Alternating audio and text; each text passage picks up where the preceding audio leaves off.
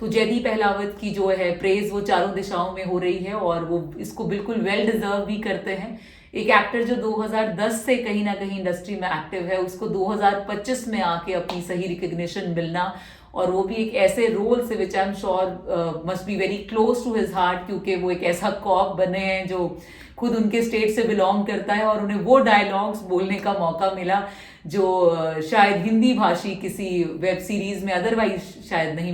बोलने का मौका मिलता। तो ये खूबसूरती और माइन्यूट डिटेल्स का ध्यान रखते हुए लिखी गई है वेब सीरीज की। सबसे अच्छी बात यह है कि इसने ऑथेंटिसिटी को मेंटेन किया है। जी, जब आप करें, अगर आप उसी कम्युनिटी के और उसी लैंग्वेज के इंसान को उस रोल के लिए चूज करते हैं तो वो सोने पे सुहागा हो जाता है। बिकॉज जयदीप अहलावत खुद जाट क्लैन से और हरियाणा से बिलोंग करते हैं, तो वो बहुत खूबसूरती से इस रोल को निभा भी पाए हैं। नॉर्थ ईस्टर्न रोल्स भी हैं, वो मोस्टली असमीज और वहाँ के स्टार्स को दिए गए, वहाँ के एक्टर्स को दिए गए, जिसने कि उसकी कास्ट को बहुत ज़्यादा जो है ऑथेंटिक बना दिया कि when they are doing those roles. और बहुत ही खूबसूरती से एक इंक्लूजन की भावना भी आई कि जो नॉर्थ ईस्टर्न हमारे स्टार्स हैं, हमारे एक्टर्स हैं, उनको भी जो मेन स्ट्रीम ओटीटी है उसका पार्ट बनाया गया। अब वेब सीरीज की खूबसूरती देखिए, वो एक जो छोटा बच्चा भी है उसकी भी एक्टिंग, जिसमें कि वो बहुत कम बोल रहा है, पर उस बच्चे के भी एक्सप्रेशन की जैसे सच में वो बेचारा किसी माइग्रेंट वर्कर का बच्चा है जो अपने माँ बाप से बिछड़ गया है। तो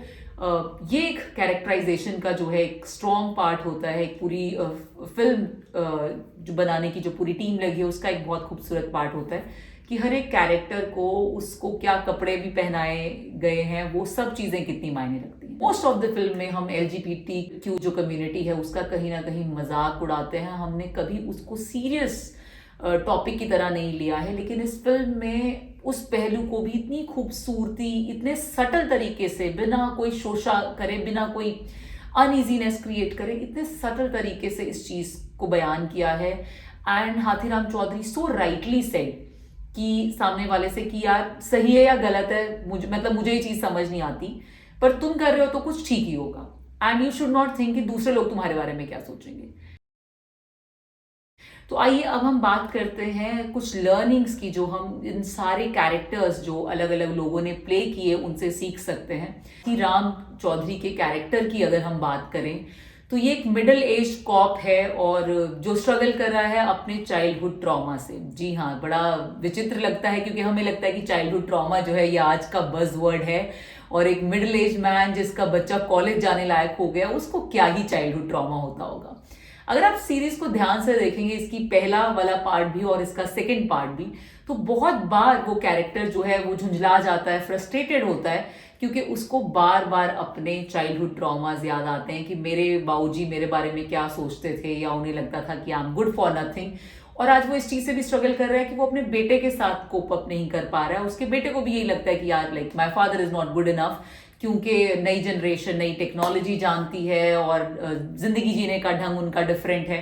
तो आई थिंक बहुत सारे मिडिल एज लोग जो हैं, मेन और वुमेन, वो इस चीज से कहीं ना कहीं स्ट्रगल करते हैं। हमें अपने बचपन की चीजें बार बार हॉन्ट कर सकती हैं, फ्रस्ट्रेट कर सकती हैं, लेकिन उससे हमने रुकना नहीं है। ये कैरेक्टर भी आपको यही बताता है कि कहीं ना कहीं वो ये जरूर स्ट्रगल कर रहा है कि वो अपने फादर एज वेल एज अपने बेटे की नजरों में कैसे खुद को प्रूव करे, लेकिन उसकी वजह से वो अपनी जो ऑथेंटिसिटी है उसको नहीं छोड़ रहा है। जैसे कि उसके पास हाई प्रोफाइल केस नहीं आता, लेकिन एक आम लेडी, एक माइग्रेंट वर्कर जो उसका हस्बैंड है उसको ढूंढते हुए आती है। सब लोग उसको अवॉइड करना चाहते हैं कि यार दिहाड़ी मजदूरी तो है, आ जाएगा, बट दिस पर्सन ही टेक इट सीरियसली कि नहीं यार, एक औरत परेशान होकर मेरे पास आई है, मैंने उसे हेल्प करना है, मैंने उसके बच्चे को हेल्प करना है, और कितनी मायने रखती है। So coming back to Hathiram, तो ये इंसान ऐसा इंसान है कि जिसको लग रहा है कि यार ठीक है, बड़ी कोई असाइनमेंट नहीं मिल रही है ना, लेकिन जो असाइनमेंट मिल रही है ना उसको अच्छे से करना है। तो हमारे लाइफ और करियर में भी कई बार हमारे साथ ये चीज होती है कि हम सोचते हैं कि बहुत बड़ा तो मेरा तो असाइनमेंट ही नहीं है यार, वो फलाना बंदा तो बड़ा एक्साइटिंग काम कर रहा है, बड़ा हाई प्रोफाइल काम कर रहा है, मैं तो बड़ा सिंपल सा मेरा जॉब है। लेकिन एक सिंपल जॉब को भी दिस कैरेक्टर हैज प्रूव्ड कि अगर आप शिद्दत से अपना सिंपल जॉब भी करने की कोशिश करेंगे तो आपको बड़ी अपॉर्चुनिटी भी मिल सकती है और आप उस चीज़ में से कुछ आपको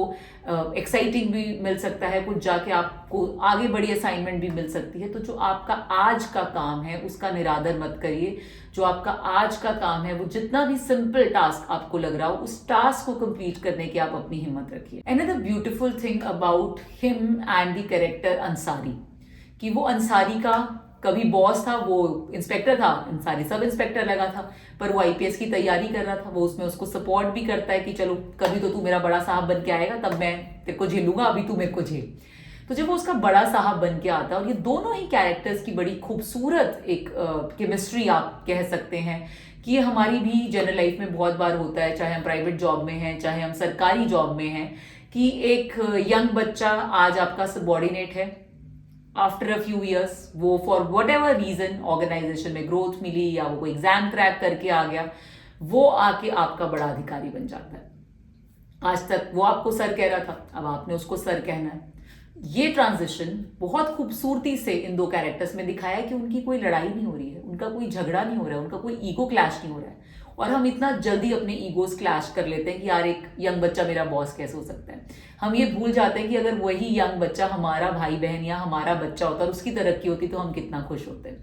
तो अगर आपसे कोई यंग बच्चा आपसे आगे निकल रहा है तो उसको एक्सेप्ट करना सीखे। And if you are that young बच्चा और द यंग कैडेट, तो अंसारी से आप इस चीज की खूबसूरती, जो इशफाक सिंह जी ने कैरेक्टर निभाया है, इस चीज की खूबसूरती आप देखिए कि इररिस्पेक्टिव कि आप जो है बड़े साहब हो गए हैं, तो आप फिर भी वो एक कॉर्डियल रिलेशनशिप बनाए रख सकते हैं। और देयर कम्स अ टाइम जब वो उससे कुछ कहना चाहते हैं पूरा गुस्से में, और वो उसको कहते हैं कि अंसारी, तो उनको सडनली याद आता है अरे तो मेरा बॉस है। फिर उसको कहते हैं, आप उस इंसान की मासूमियत और ऑथेंटिसिटी देखिए कि वो फिर उसको कहता है कि मैं 1 मिनट के लिए आपको अंसारी बुला लूं। क्योंकि कुछ चीजें ऐसी होती हैं कि जब आप नाम लेकर, जब तक आप नहीं सामने वाले को संबोधित करें, आप दिल से वो बात नहीं कह पाते हैं। And he says whatever you want to say. और इशफाक सिंह का जो कैरेक्टर है अंसारी, वो सडनली कहता है कि जब अकेले में हो तो आप अंसारी बोला करो। तो ये जो एक रिलेशनशिप की खूबसूरती है कि डजेंट मैटर आज आप किसी के बॉस हैं, कल कोई आपका बॉस है, लेकिन आपके जो ह्यूमन कनेक्शंस हैं वो इतने स्ट्रांग होने चाहिए कि ना आपका ईगो हर्ट हो। और अगर आप एक यंग चैप हैं जो कोई बड़े साहब बन गए हैं, तो आपको भी ये देखना है कि आपने उन लोगों के साथ, जिन लोगों से आप बने हैं, जिन लोगों के साथ से आप ऊपर आए हैं, उनके ऊपर आप बॉसगिरी ना करें। उनके साथ आप कॉर्डियल और एक म्यूचुअल रिस्पेक्ट वाला रिलेशनशिप कैसे बनाए रखते हैं। दूसरों के चॉइसेस को रिस्पेक्ट करना, कि मुझे आपकी चॉइस नहीं समझ में आ रही है for what ever, not only for partner but what ever thing, मुझे अगर आपकी चॉइस समझ में नहीं आ रही है, इसका मतलब ये नहीं है that I exercise that over you, कि मुझे नहीं पसंद है तो मैं अपनी पसंद आप पे नहीं थोप सकती हूँ, या आप अपनी पसंद दूसरों पे नहीं थोप सकते, या मुझ पे नहीं थोप सकते हैं। तो ये चीज की समझ कि कभी कभी हमें लोगों की चॉइसेस उन पर ही छोड़ देनी चाहिए, even if we are not understanding it.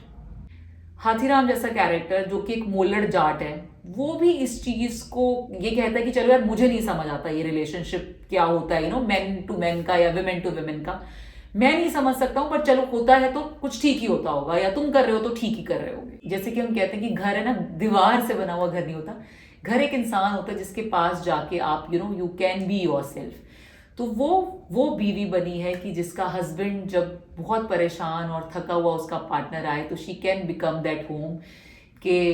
Okay it's okay I am with you. तो ये बहुत एक ब्यूटीफुल चीज़ है सीखने के लिए कि हमारे अपने स्पाउसेस से किसी ना किसी चीज़ को लेकर डिफरेंस ऑफ ओपिनियन हो सकते हैं, लेकिन उसके बावजूद एक कॉर्डियल रिलेशनशिप बनाए रखना वो कितना ज़्यादा इम्पॉर्टेंट है। ब्यूटीफुल थिंग जो हमें हाथीराम के कैरेक्टर से सीखने को मिलती है कि हालांकि वो एक मोल्लड़ जाट कॉप बना हुआ है, पुलिस वाला बना हुआ है, उसके बावजूद भी वो उसको रोते चीखते चिल्लाते दिखाते हैं। ये खूबसूरती है उस कैरेक्टर की कि आप केजीएफ नहीं देख रहे हैं, आप पुष्पा 2 नहीं देख रहे हैं कि इधर से ये उड़ गया उधर से वो उड़ गया। Very simply it is been, हर फाइट सीन भी जो है वो आपको इतना ऑथेंटिक लगेगा, you as an audience feel so relate कि ये कर दे अब ये कर दे, बिकॉज आप उस फाइट सीन को समझ पा रहे हैं कि अगर 2 लोग आपस में गुत्थम गुत्थी हो रहे हैं, what could be the next thing, and you can relate to it so much कि हाँ यार एक आम आदमी की तरह से 2 लोगों से लड़ाई झगड़ा हो जाए तो ऐसी उठा पटक होगी। जब वो अगर पहली मंजिल से भी गिर रहा है, वो चीख रहा है कि मेरे पैर टूट गए हैं, which generally when we show somebody as a so-called hero, we don't want to show them that they are crying when they are falling, या गोली लग रही है तो रो रहे हैं, दर्द हो रहा है तो रो रहे हैं. Even when he got frustrated out of something, he cries like a baby. And उसके इस कैरेक्टर ने ये तो दोनों चीजें सिखा दी कि मर्द रो भी सकता है और मर्द को दर्द भी होता है. ये ऑथेंटिसिटी है उस कैरेक्टर की. और हमारे समाज में स्पेशली ऑन मेल्स, और जैसे कि हम कहते हैं हार्ट अटैक्स होने के भी रीजन बेचारों के इसलिए ज्यादा है कि आप मर्दों को रोने नहीं देते हैं, आप मर्दों को चीखने चिल्लाने नहीं देते हैं. And they have to always suppress their emotions कि नहीं यार मैं रो नहीं सकता हूँ. Yes there have been scenes जहाँ आपको कैमरा उसके फेस के पास जाता है, आपको लगता है अभी रोएगा और वो नहीं रोता, लेकिन आप रो चुके हो तब तक. But there are scenes where is actually crying like a baby, कि वो बच्चों की तरह रो रहा है, उसको दर्द हो रहा है, वो चीख रहा है, चिल्ला रहा है. तो हमें अपने आप को इन बंधनों से भी आज़ाद करना है, जो इन साइकोलॉजिकल बैरियर से भी आज़ाद करना है कि चोट लगेगी, गिरोगे. चाहे एक यंग बच्चा जिसको आप कहते हो लड़के रोते नहीं है और उसको आप छोटे होते से सिखाते हो कि सप्रेस करो, नहीं, अगर वो गिरेगा, खून आएगा, गोडा छिलेगा, तो उसको रोने का हक है, उसको चिल्लाने का हक है कि हो गया है, चोट लगी है. तो सप्रेस करना ना सिखाएं बच्चों को, एक्सेप्टेंस सिखाएं कि चोट लगी है, दर्द हो रहा है ना, रो लो, थोड़ी देर में ठीक हो जाओगे, भूल जाओगे, पर उस समय में उस चीज को एक्नॉलेज करो. एक और पहलू जिस फिल्म ने बड़ी खूबसूरती से टच किया कि जो नॉर्थ ईस्टर्न स्टेट्स हैं हमारी, जो 7 सिस्टर्स है, वहाँ के जो प्रॉब्लम्स हैं वो वहाँ की तरह के ही हैं. और ये एक एनेक्डोट दिखाना बहुत अच्छी चीज़ थी कि नागालैंड में जो हो रहा है और दिल्ली में बैठे जो फैसले हो रहे हैं, कैसे वो उन जीवनों को इम्पैक्ट करते हैं. और दिल्ली में बैठे शायद सब लोग ये जानते भी नहीं है कि वहाँ की लाइफ कैसी है, बट स्टिल वहाँ बैठे जो फैसले लिए जाते हैं वो कहाँ एक यूथ को जो अनएम्प्लॉयड है, जो परेशान घूम रहा है, जो फ्रस्ट्रेटेड घूम रहा है, जिसके हाथों में बंदूक के अपने ही रीजंस हैं, जो शायद नॉर्मल लाइफ चाहता है, एम्प्लॉयमेंट चाहता है, और क्योंकि हम उसे वो नहीं दे पाते हैं तो हम उसे डिस्ट्रैक्शंस देते हैं, या वो अपने आप के लिए कोई ना कोई डिस्ट्रैक्शंस और डिस्ट्रक्टिव वेज ढूंढता है. And at the end of the film आप शो करते हैं एक अजीब सी बेबसी कि आप जानते हैं कि कुछ लोग गलत हैं, लेकिन आप larger good of the society के लिए उन लोगों को छोड़ देते हैं. आपको पता है यार ये इस इंसान ने तो गुनाह करा है, इसने तो कुछ गलत काम करा है, लेकिन जब आप ये रियलाइज करते हैं कि larger good of the society के लिए आप उसे छोड़ देते हैं. Can we also do these things कि यार अगर किसी की छोटी सी एक गलती पता चले जिससे कि ज्यादा लोगों का भला हो रहा हो, तो क्या हम उसकी वो गलती माफ कर सकते हैं, या क्या हम उसकी गलती को ओवरसी करके आगे बढ़ सकते हैं कि ठीक है यार उसने ये झूठ तो बोला, यार उसने ये गलत काम तो किया, लेकिन इससे बहुत सारे और लोगों का फायदा होना था, बहुत सारे और लोगों को एक होप मिलनी थी, एक जिंदगी मिलनी थी. तो क्या हम कभी कभी लोगों की गलतियां जानने के बाद भी कि वो गुनहगार हैं, क्या हम उसे अवॉइड करने की या उसे क्षमा करने की शक्ति रखते हैं कि यार अगर इससे एक पूरे स्टेट का भला हो रहा है, या यार इससे एक पूरे डिपार्टमेंट का भला हो रहा है, या एक पूरी ऑर्गेनाइजेशन का भला हो रहा है, या एक पूरी कम्युनिटी का भला हो रहा है, तो क्या हम उसे नज़रअंदाज करके आगे बढ़ सकते हैं. ये भी हाथीराम ने एक बहुत आई वुड से कि एक इनर स्ट्रेंथ हो सकती है किसी इंसान की, कि वो जहां तक जिस सच तक पहुंचना चाहता था वो सच तक पहुंच जाता है. वो सच को दुनिया के सामने भी लाना चाहता है, लेकिन वो रुक जाता है. वो कहता है नहीं यार, एक पूरी स्टेट की होप है, पूरे यूथ की एक होप है, वो बिखर जाएगा. और वो अपने उस कॉप के जो एक माइंडसेट होता है कि नहीं यार मैंने गुनहगार तक पहुंचना है, मैंने सच्चाई तक पहुंचना है, वो वहां पहुंच के भी अपने आप को रोक लेता है कि नहीं यार ये नहीं करना चाहिए. इसके लिए बहुत हिम्मत चाहिए, बहुत ज़्यादा. इस फिल्म में एक और सीन आता है जहाँ पे मम्मी डैडी जो हैं बच्चे का बर्थडे मनाने गए हैं, और अब बच्चा बड़ा हो गया है तो फ्रेंड्स के साथ मूवी प्लान, ये प्लान वो प्लान, और पेरेंट्स गए सरप्राइज करने की हम सारा दिन बड़ा स्पेंड करेंगे.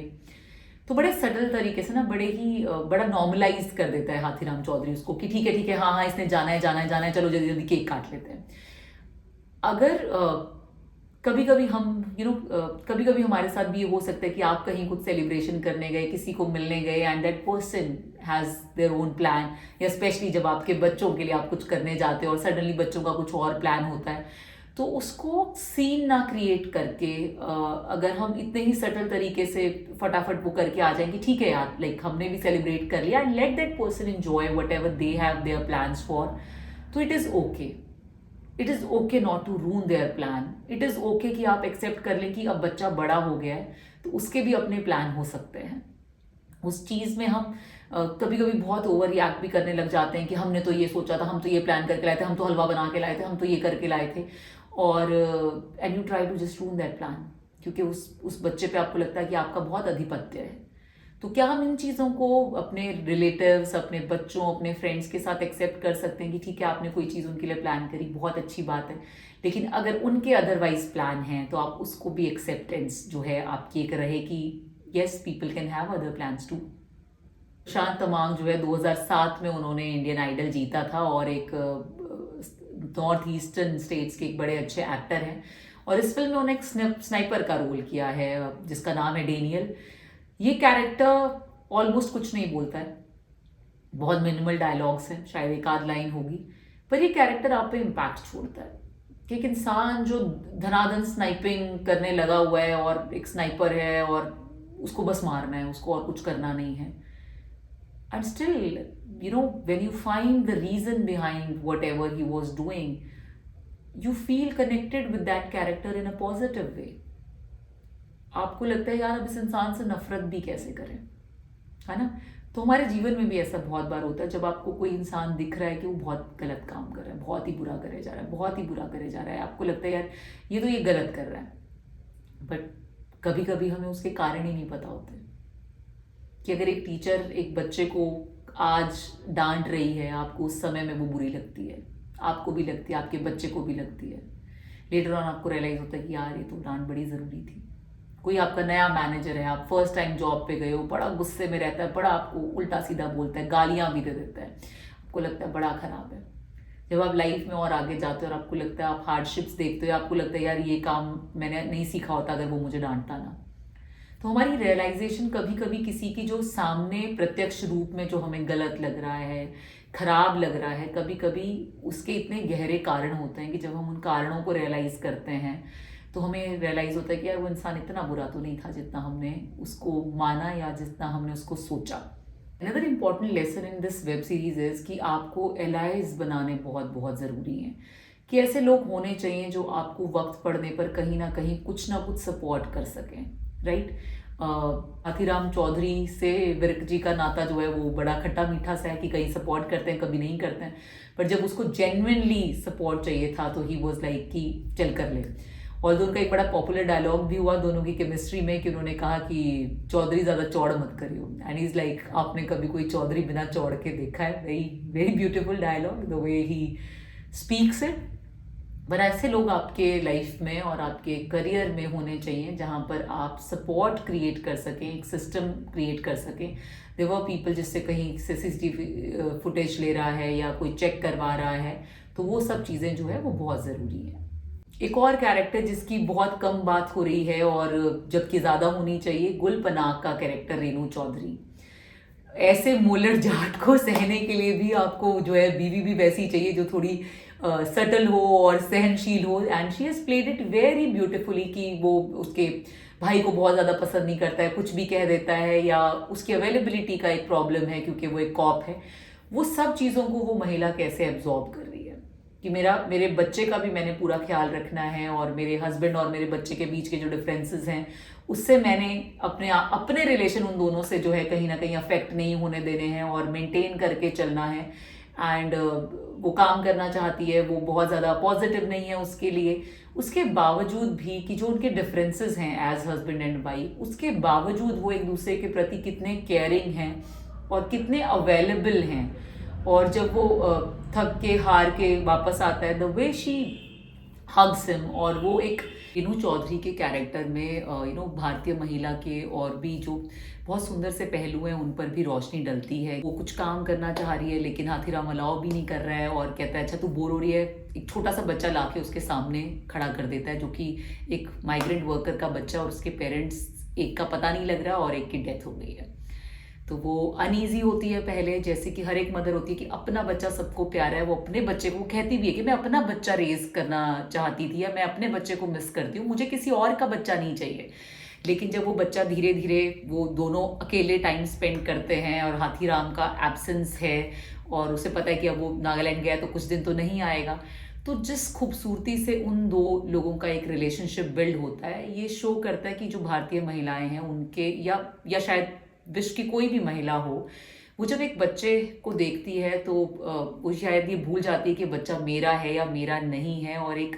रिलेशनशिप बिल्ड होना शुरू होता है वहाँ पे। एंड वो उसके इतना क्लोज हो जाती है कि जब उस बच्चे का एक्चुअली में उनके घर से जाने का समय आता है तो उसको दुख भी हो रहा होता है। इनसे हम इस चीज़ से हम दो बातें सीखते हैं। एक ये कि जब आपको पता है कि वो चीज़ आपकी नहीं है तो उस डिटैचमेंट को भी एक्सेप्ट करना कि ठीक है यार, इस बच्चे के साथ मैं इतने प्यार से रह रही थी, मैंने इसको सारी चीज़ें करी, खिलाया पिलाया, बिल्कुल बोल नहीं रहा था, उसको थोड़ा बोलने भी लगाया, पर स्टिल अब समय है कि वो जाएगा। और वो उसको एक्सेप्ट करती है खूबसूरती से कि पता है कि उसको जाना ही है अपने ग्रैंड पेरेंट्स के साथ, और रहते हुए वो उसके साथ एक बॉन्ड डेवलप कर पा रही है। तो ये खूबसूरती होती है हमारी कि जब हमें पता है कि कोई इंसान हमें शॉर्ट ड्यूरेशन के लिए भी मिला है, हम थोड़ी देर के लिए किसी छोटे बच्चे को मिलते हैं या किसी इंसान से मिलते हैं, किसी बुजुर्ग से मिलते हैं, तो इस चीज़ की एक एक्सेप्टेंस होना कि हमें लोगों के साथ कभी कभी तब भी अच्छे रिलेशनशिप बिल्ड करने हैं जब हमें पता है कि हमारे रिलेशनशिप उनके साथ ज़्यादा लॉन्ग लास्टिंग नहीं होंगे या वो हमारे जीवन में बहुत देर नहीं रुक सकते हैं। लेकिन उस मोमेंट में आपने उस इंसान को कैसा फील कराया, शायद इसमें जो एक बच्चे का कैरेक्टर है शायद वो लाइफ लॉन्ग नहीं भूलेगा कि एक आंटी थी जिसने मुझे तब अपने पास रखा, तब मेरा ख्याल रखा जब मैं ऑलमोस्ट अनाथ हो चुका था और मेरे पास कोई मेरा अपना पहुंच नहीं सकता था। तो लोगों को सपोर्ट करिए, बिना डिटैचमेंट के सपोर्ट करिए कि हो सकता है वो बुजुर्ग हमारे साथ हमेशा ना रहे, वो बच्चा हमारे साथ ना रहे, वो दोस्त हमेशा हमारे साथ ना रहे, लेकिन उस मोमेंट में उस रिलेशनशिप की खूबसूरती को एक्सेप्ट करना, उस रिलेशनशिप को डेवलप करना, और जब डिटैचमेंट का टाइम आए तो रिस्पेक्टफुली उस चीज़ से डिटैच भी हो पाना। एंड वो खुद एक इंस्पेक्टर की वाइफ है तो बहुत ज़्यादा तो उनके पास ही रिसोर्सेज नहीं है, और फिर भी वो उसकी ग्रैंड मदर को बच्चे की जो है थोड़े से पैसे जो हमारी गृहिणियाँ बचा के रखती हैं अपने घर खर्च में से, वो चुपके से जाके धीरे से उनके हाथ में रखती है कि इसको रख लीजिए, अभी इतना ही हो पाया, because she also want to express कि इससे ज़्यादा मेरी क्षमता होती तो मैं करती, लेकिन अभी मेरी क्षमता इतनी ही है। तो देखिए, सलाह देने वालों से ऐसे लोग ज़्यादा अच्छे होते हैं जो एक्शन लेते हैं और जो मदद करते हैं। वो चाहे कम हेल्प कर सकती थी, तो हम भी ज़िंदगी में अगर हम किसी की बहुत बड़ी मदद नहीं कर सकते हैं क्योंकि हमारे अपने पास रिसोर्सेज नहीं है, तो किसी की उतनी मदद भी करना जितनी उसको ज़रूरत है, क्योंकि उनसे ज़्यादा उस सिचुएशन में ऑफ कोर्स उस बच्चे के ग्रैंड पेरेंट्स ज़्यादा ज़रूरतमंद हैं। तो वो उनको हेल्प करते हुए ये एक्सप्रेस भी कर पा रही है कि मैं दिल से तो और ज़्यादा करना चाहती थी, लेकिन मेरे भी अपने हाथ बंधे हैं, मेरे पास भी इतने ही रिसोर्सेज हैं और मैं आपको इतना ही सपोर्ट कर सकती हूँ। और जब उस बच्चे की दादी उसे कहती है कि मालकिन के पैर छुओ, तो वो बड़ी खूबसूरती से करती हैं कि मैं तो इसकी आंटी हूँ। और इस चीज़ का एक एक्सेप्टेंस रखना कि ठीक है, सिर्फ इसलिए क्योंकि वो एक माइग्रेंट वर्कर का बच्चा है, नो ट्रीट हिम लाइक कि वो नौकर हो गया या वो मालकिन हो गई या वो बड़ी हो गई और वो निम्न हो गया। ये भी एक बहुत खूबसूरती होती है कि जब आप लोगों को इम्पॉर्टेंट फील कराते हैं, उनको रिस्पेक्टफुल फील कराते हैं, ये एक बहुत इम्पॉर्टेंट लर्निंग है उन छोटे छोटे सीन से। इवन जब उनका उस बच्चे की तरफ से भी अगर मैं बात करूं, बहुत अच्छी उसने एक्टिंग करी। इतनी कम उम्र में इतना अच्छा कैमरा प्रेजेंस और इतना अच्छा स्क्रीन प्रेजेंस होना बड़ा मुश्किल होता है। और वो एक बच्चा जो डरा हुआ है, घबराया हुआ है, फादर मिल नहीं रहे हैं, माँ मर गई है लेकिन उसको समझ नहीं आ रहा है चीज़ें, तो उसके सामने ही जो है वो लेडी फ्रस्ट्रेटेड है, हस्बैंड चला गया है, बच्चे को छोड़ गया है, जिस बच्चे से उसका कोई कनेक्शन वो इमोशनली फील नहीं करती है, फ्रस्ट्रेटेड है, पीरियड्स आए हुए हैं, गुस्सा कर रही है कि पीरियड्स भी आज ही आ गए, ये भी आज हो गया, ये भी हो गया। वो बच्चा धीरे से वो कन्वर्सेशन सुन रहा है और उसको रियलाइज़ होता है कि मुझे इसकी हेल्प करनी चाहिए। वो चुपचाप जाके बेचारा छोटे छोटे कपड़े उठा के जो है वो सूखने डाल रहा है, उसको कुछ बोल नहीं रहा है। फिर जब वो वापस जाती है, शी गेट प्लेजेंटली सरप्राइज। आप ये देखिए, जब कोई इंसान तकलीफ में होता है तो आप उसकी छोटी सी भी अगर हेल्प करेंगे तो आप उसको कितनी बड़ी खुशी देते हैं। वो फ्रस्ट्रेटेड है, परेशान है और देखती है यार ये नन्हा सा बच्चा मेरे कपड़े सुखा रहा है, तो वहाँ से उनका एक जो है वो कहीं ना कहीं इमोशनल बॉन्ड बनना शुरू होता है कि वो बच्चा ज़्यादा कुछ नहीं समझ पा रहा होगा, बस उसको ये दिख रहा है ये आंटी थोड़ी परेशान है, गुस्सा है, बीमार भी हैं, काम नहीं कर पा रही हैं। तो जो वो कर सकता है ना, कि छोटे छोटे जो कपड़े हैं एटलीस्ट वो डाल दे सूखने। तो ये बहुत इंपॉर्टेंट होता है कि जो छोटी सी भी हेल्प है हम लोगों की कर पाएँ, और जो आपकी छोटी सी भी हेल्प कर रहा है उसकी आप एक्सेप्टेंस एक रखें, खुशी एक रखें कि यार चलो इससे जितना बन पा रहा है ये उतनी तो मेरी हेल्प कर रहा है। ये जो जिंदगी के और पर्सनल रिलेशनशिप होते हैं, स्पेशली ये रिलेशनशिप जो हम ऑल ऑफ सडन स्ट्रेंजर्स से मिलते हैं और डेवलप होते हैं, वो हमारे फ्रेंड्स बनते हैं, पेरेंट्स लाइक बनते हैं, चिल्ड्रन लाइक बनते हैं। ये बहुत इंपॉर्टेंट न्यूआंसेस हैं जो इस वेब सीरीज़ ने इमोशनल रिलेशनशिप के बहुत अच्छे से और बहुत खूबसूरती से कैप्चर करे हैं, and so much to learn for us. बहुत खूबसूरत बात इस वेब सीरीज़ से हमें सीखनी चाहिए कि बहुत सारे लोग ऐसे होते हैं जो अपनी जो रीजनल भाषा है, जो निज भाषा है, जो माँ बोली है, उसको बोलने में कहीं ना कहीं शर्म महसूस करते हैं। तो right from the main character Jaideep Ahlawat का, वो अपनी भाषा बोल रहा है, वो अपनी भाषा में गालियाँ भी दे रहा है, फ्रस्ट्रेशन भी निकाल रहा है, उसको कहीं कोई शर्म नहीं है। वो कहीं किसी स्टेट में जा रहा है, वो अपनी भाषा नहीं छोड़ रहा है, he is proudly speaking. Similarly जो कैरेक्टर्स नागालैंड के दिखाए गए हैं, जब वो आपस में बात कर रहे हैं, जब वो अपनी बहुत पर्सनल और चीज़ें डिस्कस कर रहे हैं, बहुत इमोशनल चीज़ें डिस्कस कर रहे हैं, तो वो अपनी लैंग्वेज में बात कर रहे हैं। और भी कैरेक्टर्स जैसे एक इंस्पेक्टर दिखाई, उसमें जो स्टार्टिंग में आई थी वो हरियाणा बैकग्राउंड की दिखाई, तो वो भी अपने लहजे में बात कर रही हैं। दो गुंडे दिखाए, रंगा और बिल्ला, वो भी अपनी हरियाणवी में और अपने लहजे में बात कर रहे हैं। तो कहीं ना कहीं ये चीज़ एक शोकेस करना ऑन नेशनल लेवल कि आपकी जो निज भाषा है उसको बोलने में कोई शर्म की बात नहीं है। आपकी जो भी कोई लैंग्वेज है, आप जिस भी रीजन की लैंग्वेज बोलते हो, स्टेट की लैंग्वेज बोलते हो, अपनी लैंग्वेज के एक्सेप्टेंस में आपको प्राइड फील होना चाहिए, ना कि शर्म महसूस होनी चाहिए। इस फिल्म में बहुत खूबसूरती से एक और चीज़ भी दिखाई गई है कि जहां आपके अगर अपनों से भी आपके विचार भिन्न हैं और आपको लगता है कि आप सही हैं, आपकी विचारधारा सही है, तो लोग अपनों से भी सेपरेट हो जाते हैं। यहाँ पे एक कैरेक्टर है मिस्टर थॉम का, who is almost a bad man, क्योंकि नशों के धंधे करते हैं, और उनका बेटा जिसको ये लगता है कि नहीं ये नागालैंड के यूथ को कहीं ना कहीं खराब कर रहे हैं, और वो उनसे अपना पार्टी विभाजन कर लेता है। तो इस चीज़ के लिए भी आपको कई बार बहुत हिम्मत चाहिए जब आप अपनों के अगेंस्ट ही खड़े हो सकें, व्हेन यू थिंक कि वो जो कर रहे हैं वो समाज के लिए घातक हो सकता है, वो परिवार के लिए घातक हो सकता है, वो larger part of the society के लिए घातक हो सकता है। तो अपने आप में अपनों के खिलाफ खड़े होने के लिए शायद बहुत ज़्यादा हिम्मत चाहिए, मच मोर देन जब आपको किसी दूसरे के अगेंस्ट में खड़ा होना हो। हमने एक और जो बड़ी पॉजिटिव चीज़ करी, जो हम प्रोफेशनली स्पेसिफिकली बहुत ज़्यादा सीख सकते हैं, वो ये कि वो एक केस में इन्वॉल्व होता है और फिर उसे लगता है कि एक दूसरा जो हाई प्रोफाइल केस है वो कहीं ना कहीं लिंक हो सकते हैं। तो वो कोशिश करता रहता है कि मुझे वहाँ पे एंट्री मिले। वो प्रूफ इकट्ठे कर रहा है, वो ऐसी वजहें इकट्ठी करता है कि जिसकी वजह से उसे वहाँ लिया जाना चाहिए। तो ये एक इनिशिएटर का और एक लीडर का बहुत बड़ा एग्जाम्पल है कि अगर आपको कहीं पे लगता है कि यार ये जो एक बड़ा प्रोजेक्ट है इसका पार्ट मुझे होना चाहिए क्योंकि मुझ में वो स्किल और एबिलिटी है, तो उस चीज़ के लिए स्ट्राइव करना, उस चीज़ के लिए मेहनत करना, उस चीज़ के लिए पुरजोर कोशिश करना भी बहुत ज़रूरी है। कभी कभी जो आपकी अपॉर्चुनिटी है वो आपके दरवाजे पे चल के खुद नहीं आएगी। कभी कभी आपको जाके डोर पे नॉक नॉक करना पड़ेगा कि please you know that I deserve to be a part of this game, I deserve to be part of this table, I deserve to be part of this meeting. It is important कि आप जब अपना homework अच्छे से करें और आपको जब अपने आप पे पूरा कॉन्फिडेंस हो, तभी आप जाके किसी से ये कह सकते हैं कि hey listen, I belong to this project और I belong to this team. बड़ी इंटरेस्टिंग चीज़ इस सीरीज़ में रही कि वो किसी भी चीज़ को क्वेश्चन करे बिना नहीं छोड़ता है। कि जैसे वो इनिशियली जब रघु पासवान को ढूंढ भी रहा है तो वो पूछ रहा है सीसीटीवी चेक किया, ये चेक किया, वो चेक किया, यहाँ पे देखा, इससे पूछा। He is not leaving any stone unturned. ये हमारे लाइफ में और हमारे करियर में बहुत ज़्यादा ज़रूरी है कि आप कोई ऐसी चीज़ ना छोड़ें जो आपने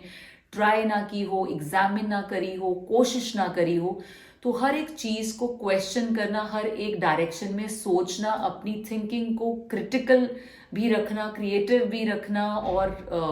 चारों दिशाओं में सोचते रहना, that is very very important. So और ये वीडियो देखने के बाद आप पाताल लोक 2 एक बार फिर से देखेंगे और इसके कैरेक्टर्स और उनसे मिलने वाली लर्निंग के बारे में एक बार और रिफ्लेक्ट करेंगे। आपको यह वीडियो कैसा लगा हमें कमेंट्स में जरूर बताइए।